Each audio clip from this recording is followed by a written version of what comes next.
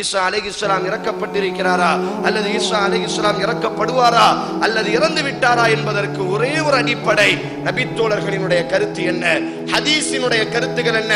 இந்த உம்மத்தில் இந்த காதியானி சொல்வதை போன்று தூய்மையான முஸ்லிம்கள் யாராவது ஈசா அலைஹிஸ்ஸலாத்தை பற்றி சொல்லி இருக்கிறார்களா என்று சொன்னால் அவனை தவிர உலகத்தில் எவனுமே அப்படி சொல்லவில்லை.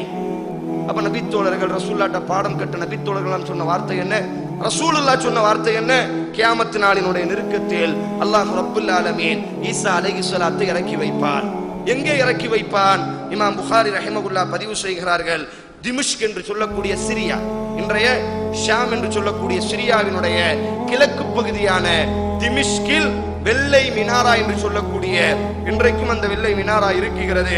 இமாம் புகாரி ரஹிமஹுல்லாஹ் பதிவு செய்கிறார்கள், அல்லாஹ்வின் தூதர் ஸல்லல்லாஹு அலைஹி வஸல்லம் சொன்னார்கள், அந்த வெள்ளை மினாராவில் கியாமத் நாளினுடைய நெருக்கத்தில் தஜ்ஜால்